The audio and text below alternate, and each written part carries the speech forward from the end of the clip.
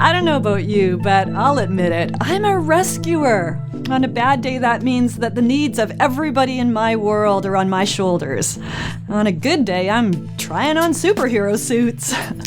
When we're in youth work, stepping in and trying to rescue kids from their situations is a real temptation.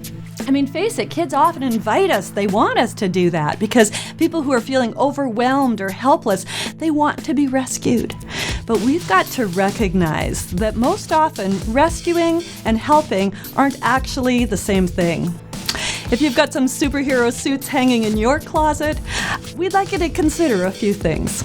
Here's the first one. Learn to respond rather than react. When I react to a difficult situation in a kid's life, what I do first is I jump in with a solution.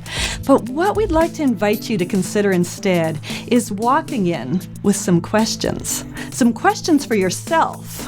Some questions that can help you assess what level you should actually get involved in this situation. Questions like this: what are their coping skills like?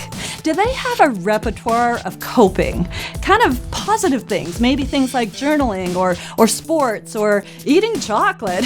Things that are going to help them to cope with this thing that's going on in their life. Do they have some problem-solving skills that they've shown in the past or some decision-making skills? You've got to ask that question first. The second question you need to ask yourself is, how dangerous is this situation? Is this a crisis or is it a predicament?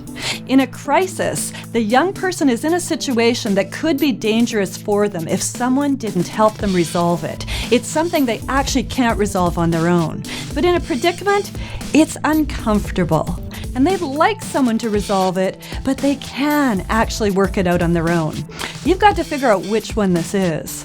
So there's two things to consider when you're stepping out of your superhero costume and stepping alongside of a young person in a tough situation.